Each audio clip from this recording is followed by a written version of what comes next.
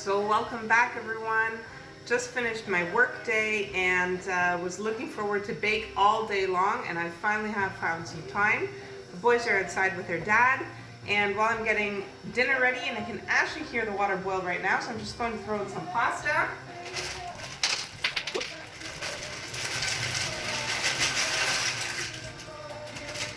Give that a short little, throw this one in as well. Little stir, pick up this one that fell.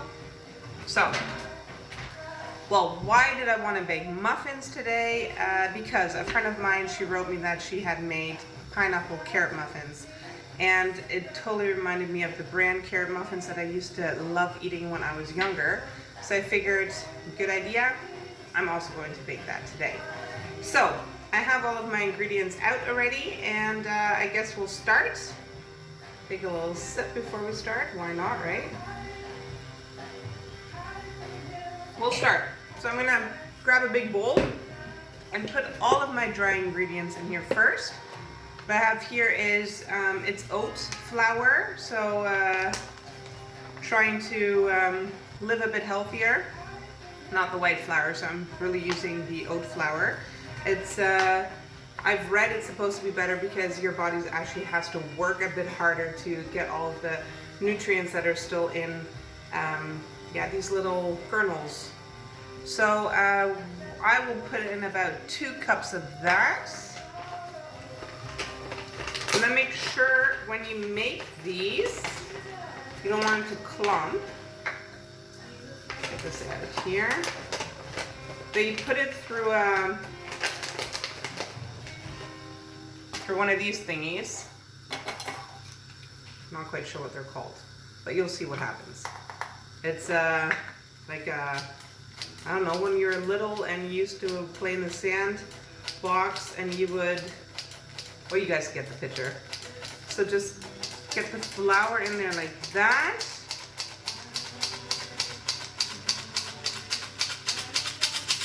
Pretty therapeutic work. So, more of those. Those are pretty nice, no clumps whatsoever. Clumps. So what I'm doing is I'm putting in 2 cups of flour. I'm going to be making 12 muffins. Almost here full. I'm using my measuring cup, 1 for the 1 cup. I'm using it for the carrots that I've already prepared. I know this is really bad, sometimes it's just not really accurate, my measurements. It still seems to work out. Except the last time I tried to make a banana bread with some kind of cheesecake filling, and it was a big time baking blur. So I think I'm different from you guys. That also didn't taste very well. So, got 2 cups of flour in here. I'm going to add a teaspoon of baking soda. I have these little packages here. And they're actually already 1 teaspoon. So you can just chuck that in there. And then if I can open it. There we go. Throw that in. And then 2 teaspoons of baking powder. I'm actually going to measure that off because this is 15 grams and I need about 10. So it's 1,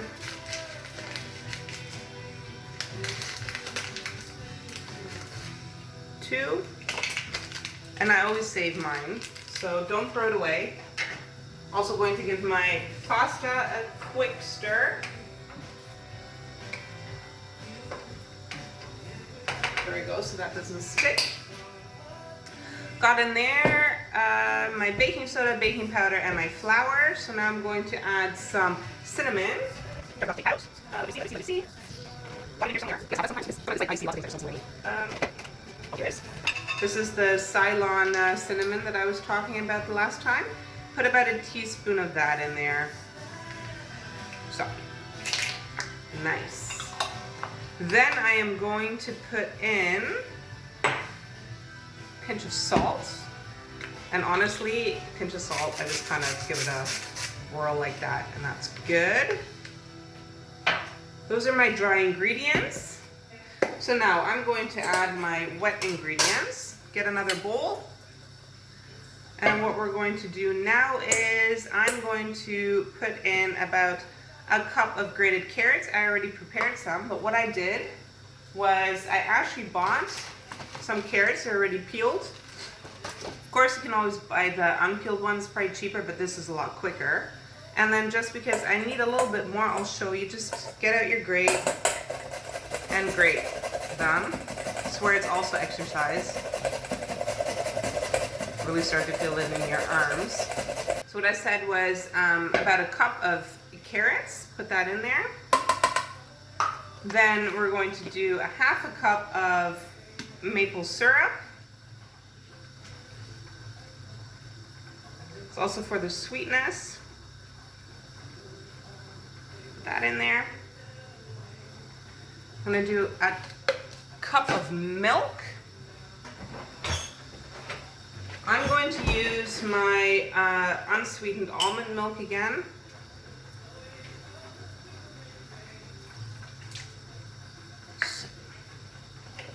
And then, not to forget, put that back in the fridge, take 2 bananas and mash these.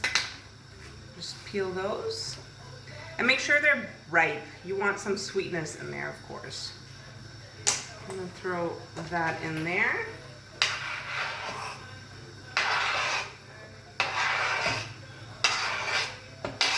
Super. Give that a little whirl. Also going to put in about, 1.5 teaspoons of vanilla extract. Love that flavor too. And this is a little bit crazy, but it's also really good. If you just put in a tiny bit of black pepper, really gives it that extra something.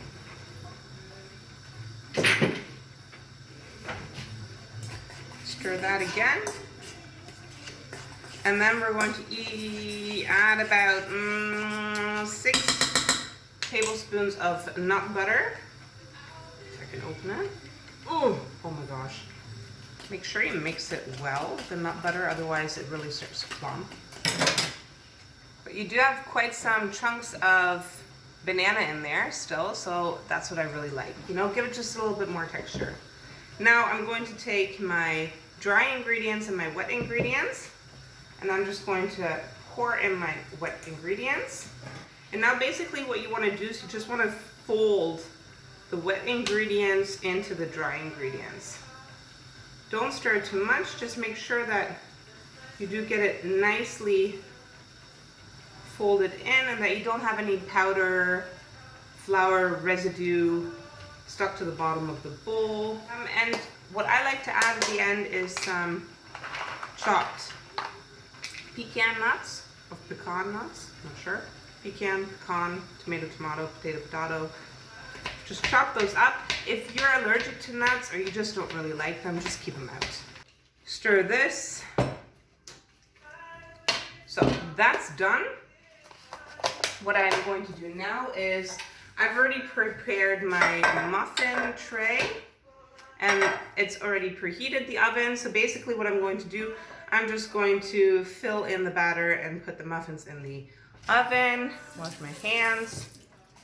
So usually what I do, instead of using the silicone muffin forms or those paper things around the muffin, what you can do is you can just make sure that you smear in your muffin tray very well. I take some butter and I just smear it around. Make sure you don't put too much butter in there, else it get really fatty, really oily, greasy, not yummy. And then what you can do is you can grab 2 tablespoons, and then basically you just fill your muffin tray. What I do is take 1 tablespoon at a time, put the batter in. I was actually going to dress up for you guys today, and then I figured, hey, why dress up? I'm pretty sure you guys are also just in your comfy sports clothes and hanging out at home. My dress up days, they will come once we're all allowed to go outside again. Oh, this looks like awesome. Really fluffy.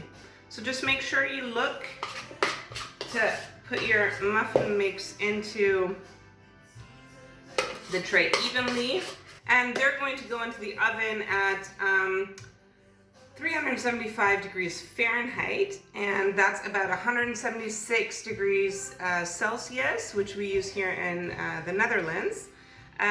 So what you can do is, if you don't have a calculator or you don't know it off by heart, basically what you can do is just 350 Fahrenheit or any Fahrenheit, you just have it, and then you have your Celsius. And this will go into the oven now for about 20 minutes. And make sure you keep an eye on it. You don't want them to burn. And I will show you the results. So everybody, the oven just went. Got my trusty oven mitts here. We're going to do a flying switch. While my muffins were in the oven, I finished my casserole or my pasta bake for tonight's dinner. So I'm just going to grab those muffins out of the oven. Like I said, they were in there for 20 minutes at 175 degrees Celsius or 350 degrees Fahrenheit. And look at them. They are just gorgeous.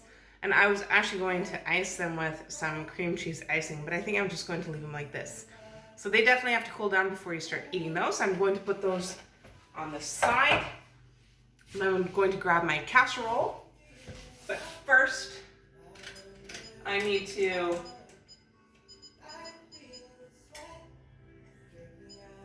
pump this up the oven to 200 degrees Celsius and put it up to 20 minutes. Can't see anything without my glasses on. Open that up and it goes right in there. So 20 minutes, door shut, at 200 degrees Celsius, so that's around 400 Fahrenheit.